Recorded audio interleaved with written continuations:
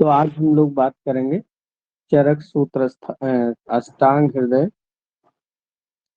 सूत्र स्थान 11 दोष आदि विज्ञानी अध्याय। दोष आदि विज्ञानी अध्याय।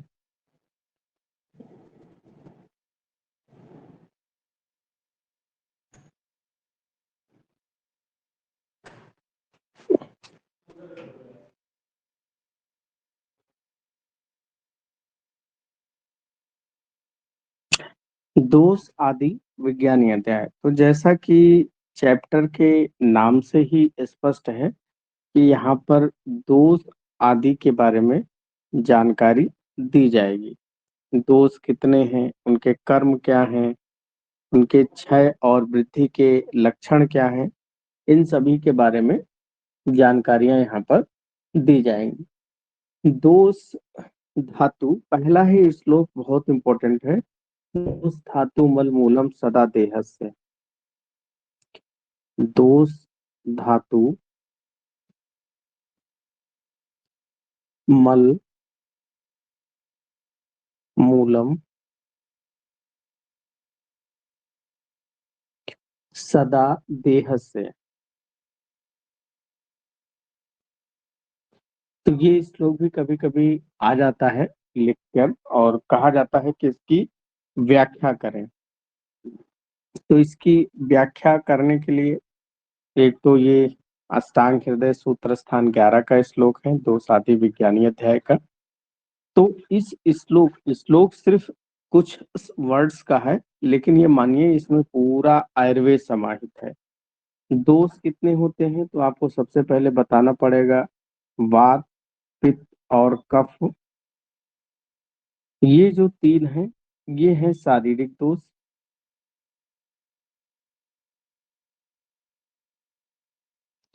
और रज और तम, ये दोनों हैं मानसिक दोष।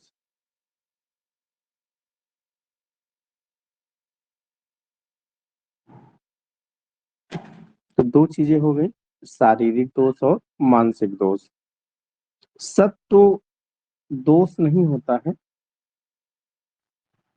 सत्व रज सत्व दोष रहित होता है। फिर आती है बात धातुओं की। तो धातुएं 7 होती हैं। रस, रक्त, मांस, मेद, अस्थि, मज्जा और शुक्र, ये धातुएं होती हैं 7। मल के रूप में देखा जाए तो मल क्या क्या होते हैं? मूत्र, पुरीस और श्वेत, ये मुख्य रूप से मल होते हैं। हालांकि मल जो होते हैं वो धातुओं के भी मल होते हैं। तो ये सारी चीजें मिलकर, यानी कि दोष 3 शारीरिक दोष और 2 मानसिक दोष, 7 धातुएं और मल में 3 मल, मूत्र, पुरीस और श्वेत, ये सभी के सभी मिलकर मूलम, मूलम मतलब एक तरीके से जड़ की बात करें, सदा देह से, सदा देह से हमेशा देह, हमेशा देह की जो जड़ है, ध्यान से समझे इसको, देह की जड़, जो मूल है, जो जड़ है, वो कौन है? तो वो 3 प्रकार के मन, 7 प्रकार की धातुएं और 3 शारीरिक दोष और 2 मानसिक दोष। इनके बारे में अष्टांग हृदय ने क्या बताया कि ये शरीर रूपी वृक्ष की जड़ें हैं। जैसे अगर हम बात करें कि कोई एक वृक्ष है, ये वृक्ष की जड़ें जमीन के अंदर फैली हुई होती हैं। इस प्रकार से।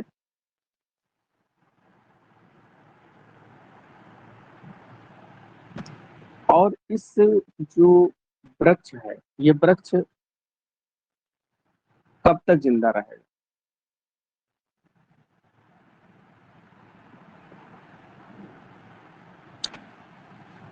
तो ये इसका जो मूल वाला पार्ट।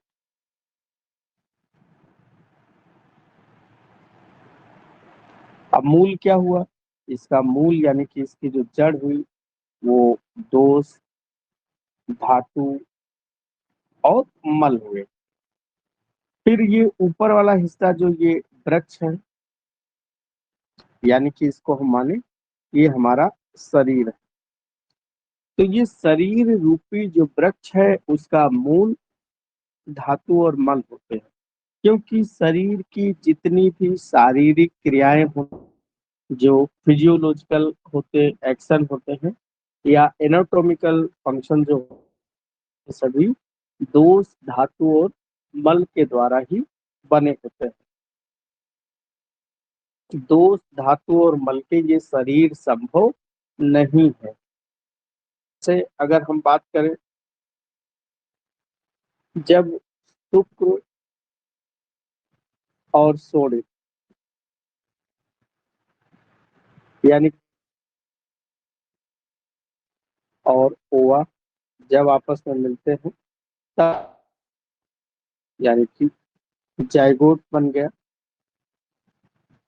के बाद में फिर इससे बनता है एम्ब्रियो।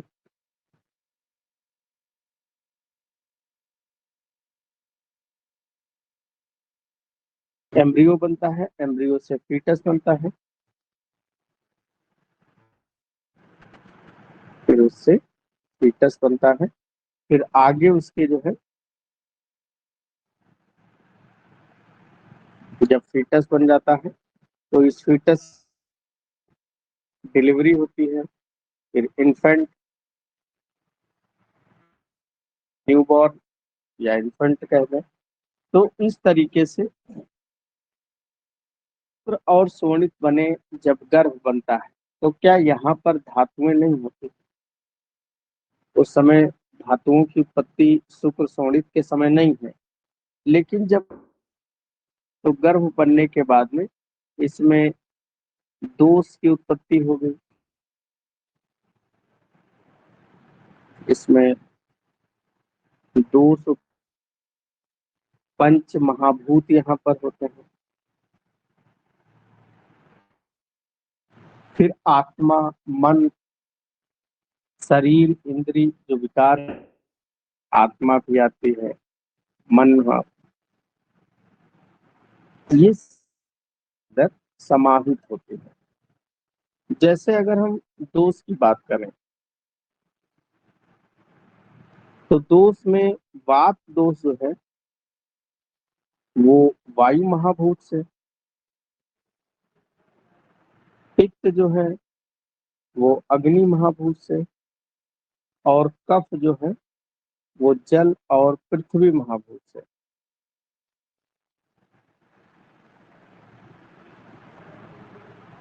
वात आकाश और वायु महाभूत से। तो ये तीन दोषों की उत्पत्ति होती है।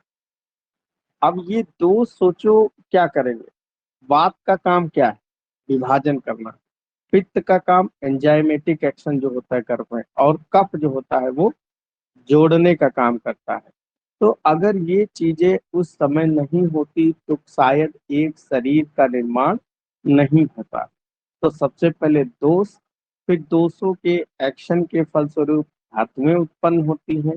फिर धातुएं जब बन जाती हैं तो मल की उत्पत्ति होती है। तो एक प्रकार से देखा जाए कि दोष, धातु और मल ये शरीर के मूल जड़ है।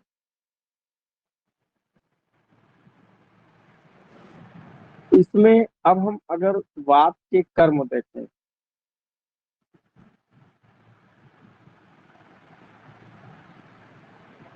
वात, पित्त और कफ, इन तीनों के कर्म का जो श्लोक है वो बहुत इंपॉर्टेंट। तो इसके वात के कर्म अगर देखें तो उच्छ्वास,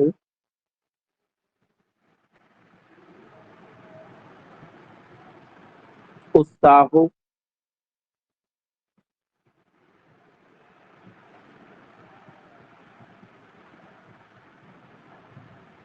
उत्साहो, उच्छ्वास,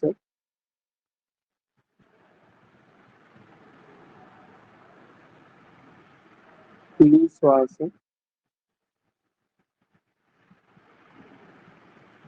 चेष्टा, वेग प्रवर्तन,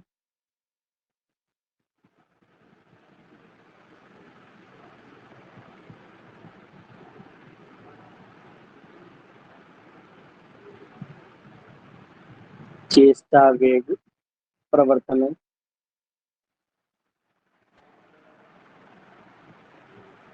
तो वात के क्या क्या कर्म हुए?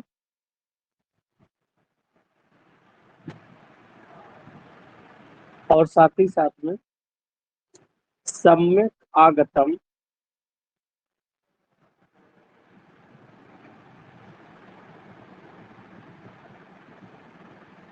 सम्यक गति धातु नाम,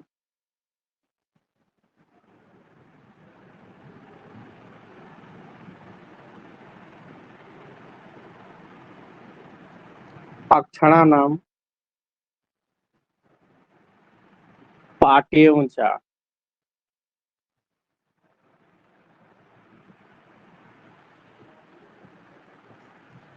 तो वात का कर्म है उत्साह,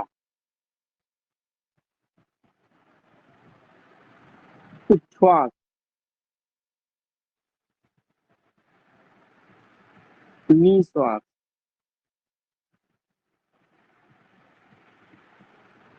उच्छ्वास यानी कि सांस को बाहर छोड़ना,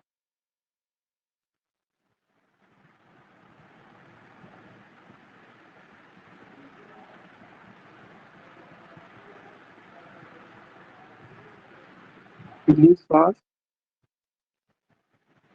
सांस को अंदर लेना,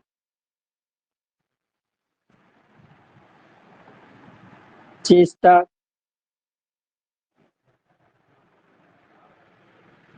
चेष्टा मतलब उसका जो मूवमेंट वगैरह होता है, वेग प्रवर्तन है, और वेग मतलब उसकी जो गतियां होती हैं।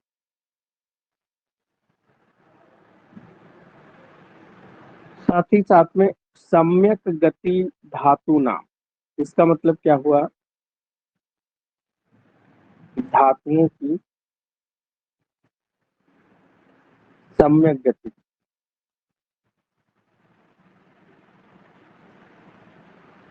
धातुओं की सम्यक गति। और अनुग्रहत्यात एक शब्द और है,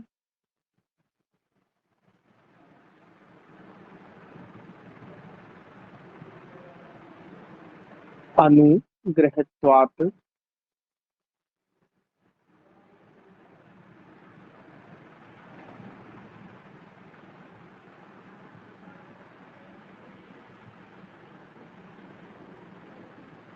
अविकृता। अनुग्रहत्वात का मतलब होता है इंद्रियों को उनके विषय हित को ग्रहण कराना, इंद्रियों का अपने विषय को ग्रहण करना।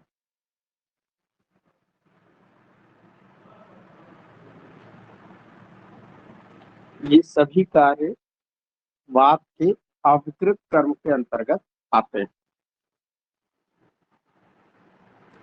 तो इसमें इंद्रियों के विषय क्या होते हैं, इंद्रियां क्या होती हैं, इसके बारे में देखें।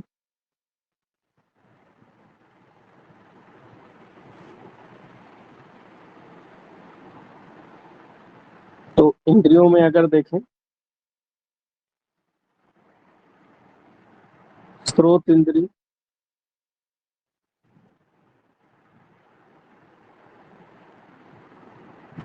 स्रोत इंद्री का जो विषय है वो श्रवण करना, या इसको ही माने शब्द।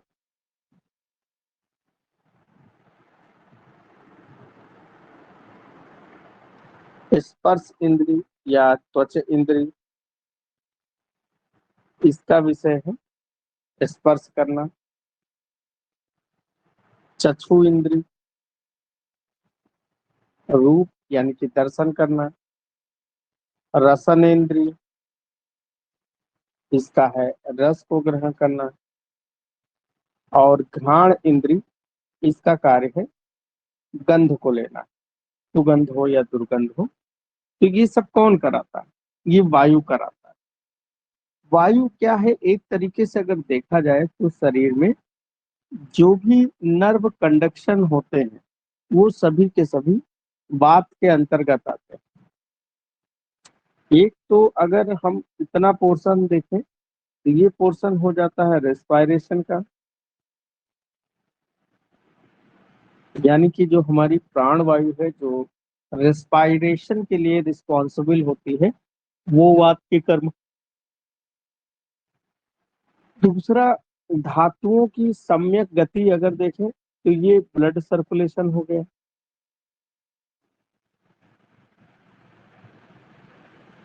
ब्लड सर्कुलेशन हो गया। और ब्लड सर्कुलेशन कौन कराता है? ज्ञान वायु कराती है। ज्ञान वायु, ये काम हो गया। रेस्पायरेशन प्राण वायु कराती है। तो धातुओं की सम्यक गति, क्योंकि अगर धातुओं की सम्यक गति नहीं होगी, जैसे ब्लड है, ब्लड बह रहा है। छोटो सोचो, अगर कोई फैट का मालिक्यूल अगर धीमी गति से रक्त बह रहा है तो कहीं ना कहीं चिपक सकता है, और चिपक अगर एक जगह गया तो वहां पर फिर थ्रोम्बोसिस हो सकती है। तो इसीलिए ब्यान वायु की गति बहुत आवश्यक है। लेकिन अगर सोचो कभी ब्यान वायु बहुत तेजी से बहने लगे, तो बहुत तेजी से जब बहेगी, यानी कि वो दबाव उत्पन्न करेगी हर जगह, तो ऐसी कंडीशन में जब दबाव उत्पन्न कर रहा है तो फिर बीपी यानी कि हाइपर टेंशन की समस्या हो जाएगी। तो बयान वायु का अपने सही अनुपात में उसका बहना बहुत जरूरी है। तो ये वात के कर्म हो जाएंगे: उत्साह, उच्छ्वास, निश्वास, चेष्टा, वेग, ये सारी चीजें हो जाएंगी।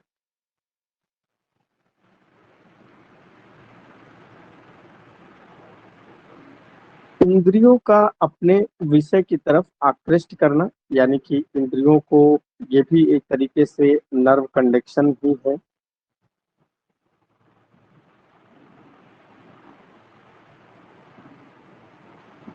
जैसे आपने किसी चीज को देखा, देखने के बाद में वो जो रेज है वो रॉड एंड कोन सेल पे जाके फोकस होती है, और जब वहां से रॉड और कोन पर जो सामने से आई हुई लाइट होती है, ये जो लाइट की एनर्जी है, ये शरीर के अंदर इलेक्ट्रिकल एनर्जी में कन्वर्ट हो जाएगी, यानी कि एक करंट के फॉर्म में नर्व के रास्ते से ब्रेन को जाके बताएगी कि सामने किसका इमेज है। तो ये एक तरीके से देखा जाए तो पूरा पोर्शन नर्व कंडक्शन का।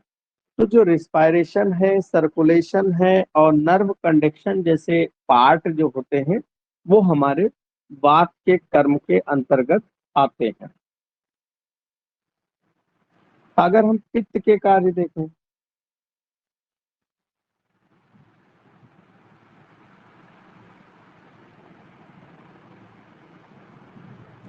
तो पित्त के कार्य में पित्तम पंक्ति ऊष्मा दर्शन है।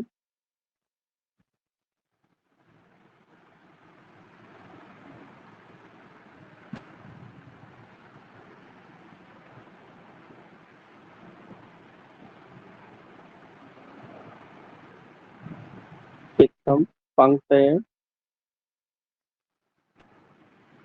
ऊष्मा दर्शन है।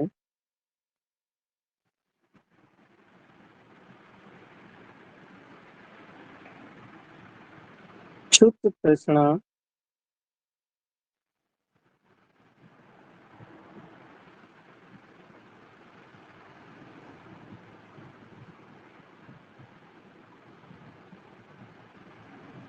अरुचि, क्षुत तृष्णा रुचि, प्रभा मेधा, प्रभा मेधा, धी शौर्य,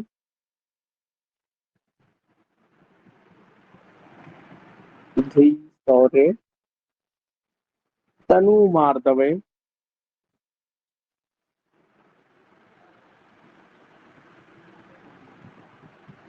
तनु मार्दवे। तो कफ के सॉरी पित्त के क्या कार्य होंगे? पित्त के कार्य में सबसे पहले लिखा है पंक्ति ऊष्मा। ये पंक्ति समझ लें इसको। पंक्ति का मतलब होता है पाचन, डाइजेशन। तो एक प्रकार से जितने भी एंजाइमेटिक एक्शन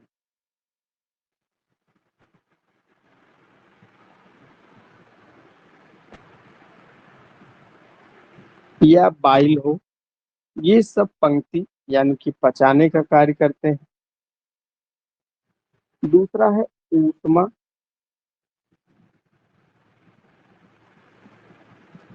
बॉडी टेम्परेचर।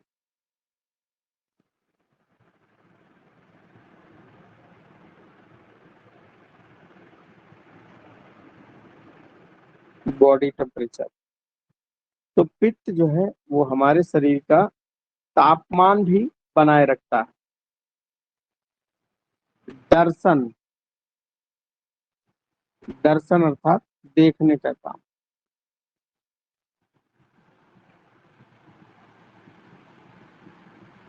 ये आंखों में आलोचक पित्त होता है, तो वो दर्शन का काम करता है।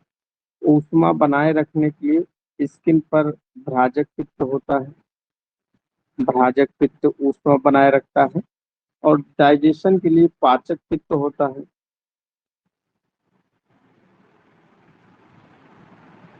तो ये सारे अपने अपने कार्य करते रहते हैं।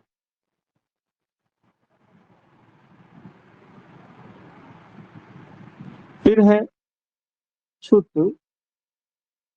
क्षुधा यानी कि भूख, हंगर। तो भूख लगना भी पित्त का काम होता है। तृष्णा, प्यास लगना।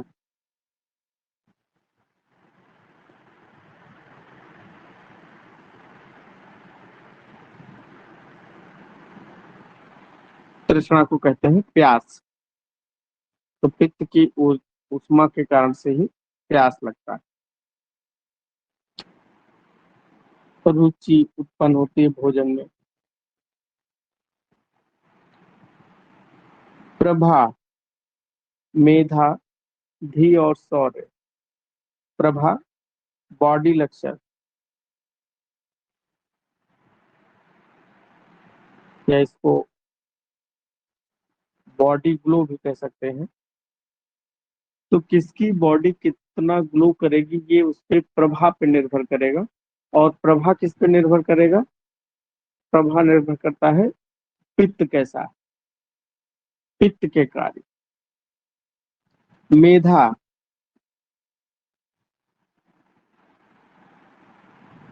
धी मतलब बुद्धि।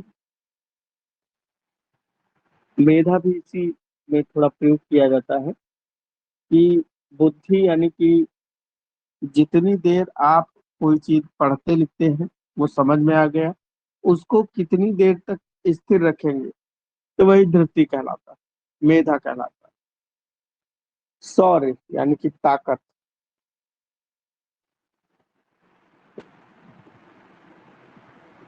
ताकत किसकी कितने पास।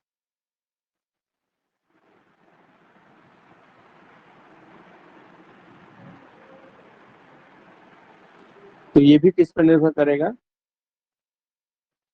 पित्त के ऊपर। तनु, तनु मतलब पतला, और मार्दो मतलब मुलायम।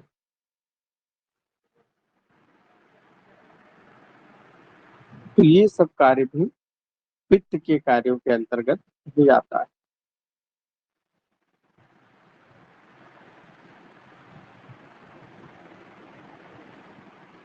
कफ के कार्य देखें।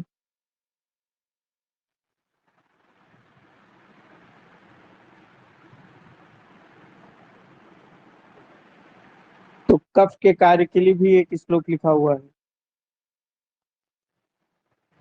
श्लेष्मा,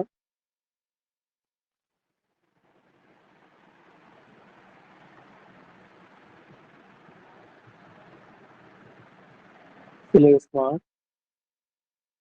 स्थिर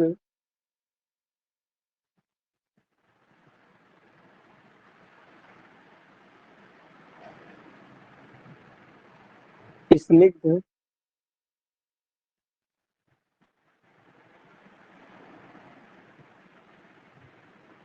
संधि बंधन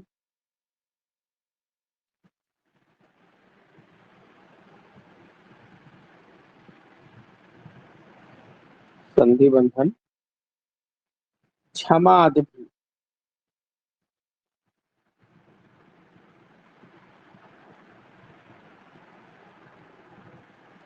तो कफ शरीर में स्थिरता प्रदान करता है, दृढ़ता प्रदान करता है।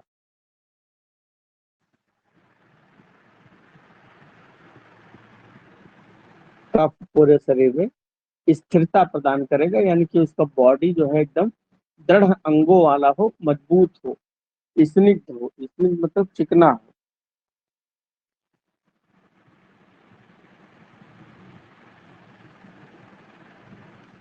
इसके अलावा स्निग्ध होने के बाद में संधि बंधन,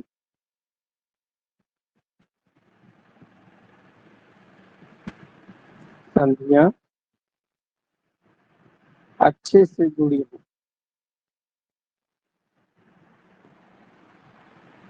संधियां अच्छे से हो, एकदम मजबूत संधियां उसकी होनी चाहिए, क्योंकि कफ का काम क्या है? चिपकाने का। और क्षमा, ये सारे के सारे गुण जो होते हैं वो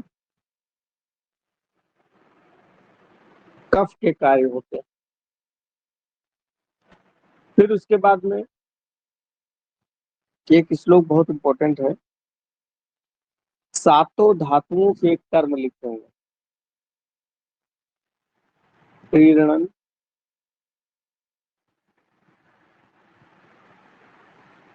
जीवनम, लेप, स्नेहो,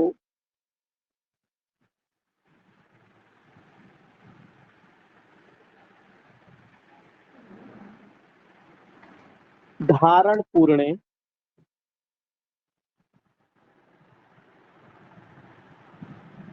गर्भो उत्पादस्य,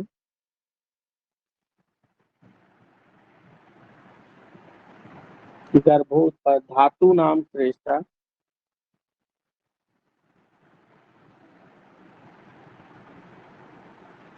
धातु नाम श्रेष्ठम कर्मम क्रमा। तो क्रम से यहाँ पर धातुओं के कार्य बता दिए गए हैं कि किस धातु के क्या कार्य होगा, प्रमुख कार्य है। तो पहला कार्य लिखा है प्रीड़न।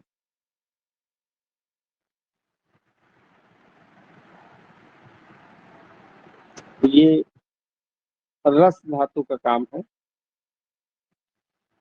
और प्रीड़न का मतलब होता है बढ़ाना। बढ़ाना यानी कि रस धातु शरीर का प्रीड़न करके उसको बढ़ाएगा। और रक्त क्या करेगा? रक्त करेगा उसको जीवन देगा।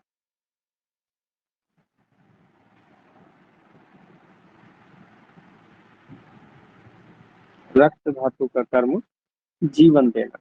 जीवन, ऑक्सीजन, जैसे ऑक्सीजन कैरी करता है रक्त, तो वो ऑक्सीजन हर जगह पहुंचाता है।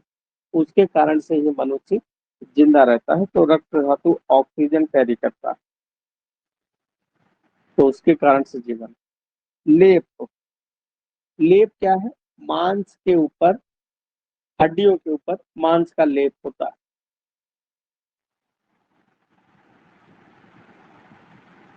मांस का लेप।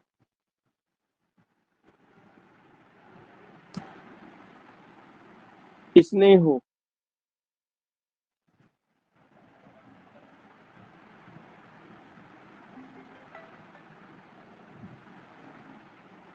फिर उसके बाद में स्नेहन, मेद का काम होता है स्नेहन करना, क्योंकि मेद क्या है?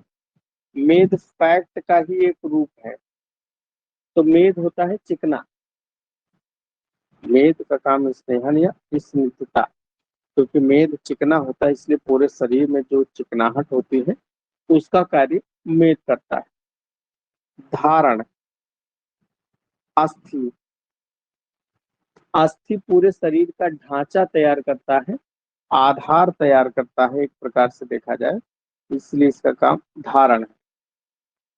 पूरण, तो मज्जा का काम है, क्योंकि अस्थि खोखली होती है और उन खोखली अस्थियों के अंदर मज्जा भरा होता है, जिससे अस्थियों का पूरण हो जाता है। और उस अस्थि के छेद से जो रिस्क स्पर्म या शुक्र निकलता है, तो वो कार्य होता है गर्भ का, शुक्र का कार्य होता है, शुक्र का। तो शुक्र धातु क्या करती है? शुक्र धातु गर्भ की उत्पत्ति करती है।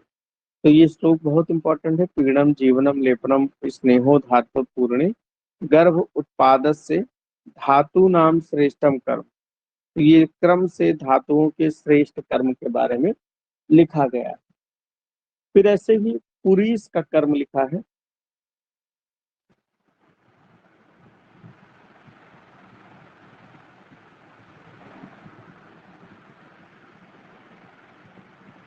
पुरीस का कर्म,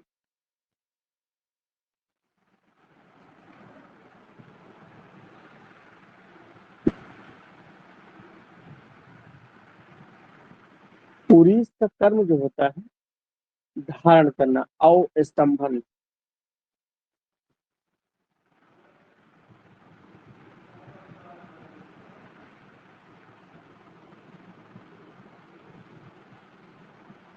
अवस्तंभन को धारण करना,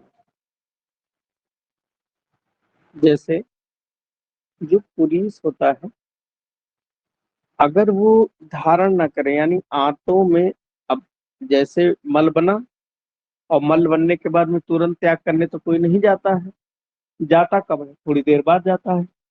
यानी कि जब वो पुलिस इकट्ठा हो जाता है उसके बाद में जाता है। अगर सोचो बार बार पुलिस निकलता रहे तो आंतों की जो टोन है वो खत्म हो जाएगी, आंतें एकदम चिपक जाएगी। तो इसीलिए पुलिस का काम अवस्तंभ धारण करना।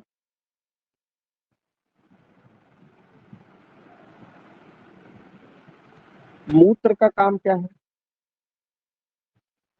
मूत्र का कर्म है क्लेद वहन। क्लेद वाहन, क्लेद मतलब जलियान।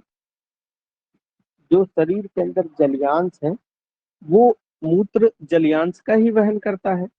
अगर पानी ज्यादा आपने पी लिया तो मूत्र बन के बाहर निकल जाएगा, पानी कम पिएंगे तो मूत्र कम बनेगा। तो जो जलियांश का पोर्शन शरीर में है वो मूत्र के ही अधीन होता है। और श्वेत क्या करता है? पसीना, ये क्लेद विधृति।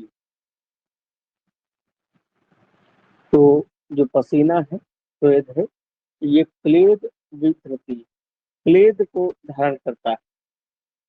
जैसे मूत्र के क्लेद को धारण करता है वैसे ही पसीना भी क्लेद का धारण करता है।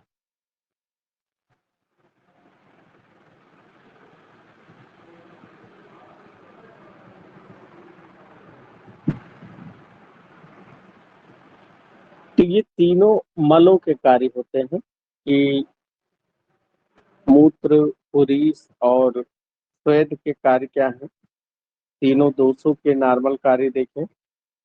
7 प्रकार के धातुओं के नॉर्मल कार्य हम लोगों ने देखे। अब हम लोग नेक्स्ट टर्म पे पढ़ेंगे कि इनके क्षय वृद्धि से क्या हानि है। आज का सभी इतना ही इस क्लास में।